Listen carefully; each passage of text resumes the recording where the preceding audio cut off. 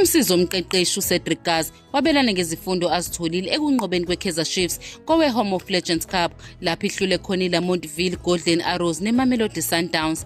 Yize bebengadlalela amaphuzu kodwa amakhosi akhombisa ikhono lokunqoba ngokunqoba isicoco se-Home of Legends Cup eNelson Mandela Stadium eGqeberha ngomgqibelo. Amagoli kaMfundo Vilakazi noNkosi Ngiphile Ngcobo abasize banqoba iGolden Arrows emidlalweni wokuqala emidlalweni wamanqamu neSundowns eyanqoba umdlalo wayo wokuqala neChippa United. Umdlalo uphele zibambene kwaze kwakhahlelwa amaphenathi. iChiefs yanqoba ngo-1-0. Ekhuluma nabezindaba zeqembu ngemuva komqhudelwano, uGazi ubalula ukuthi umqhudelwano wobungane uvumele yena nethimba lakhe labaqeqeshi ukuthi bahlole inhlanganisela yabadlali abasha futhi banikeze isikhathi somdlalo kulabo abangadlali kakhulu.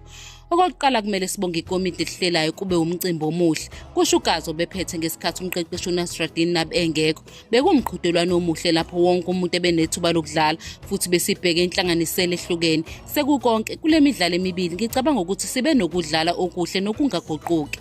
Kubadlala bebedlala kubalwa uMduduzi Mdantsane obuye ngemuva kokuhlinzwa emhlathini ngenxa yokuba sengozini yemoto, noTebogo Potsana noPule Mondi nabo abathola amathuba okudlala. uBrandon Peterson naye wenze kahle njengonozinti ngemuva kokululama emunweni. Kwazokufikela uGiven Msimango noZitha Kwenika bakhombisa amakhono bendaweni kaRashwen Dodli ngamunye edlala noAnaso Miguel. uNgcobo oshaya igoli lokuwina uzwakalisa intokozo yakhe wathi, ukuwina kusho lukhulu kimina, bekuwusuku lwami lokuzalwa. Ngibe nosuku oluhle nozakwethu ngenza into engiyithandayo. Ukushaya igoli bekuyindlela emnandi yokubungaza usuku lami lokuzalwa futhi sijabule ngokuthi siwine indebe. iKaizer Chiefs izobuyela emidlalweni yokuncintisana ngoNovember 27 uma isibhekana neRichards Bay FC.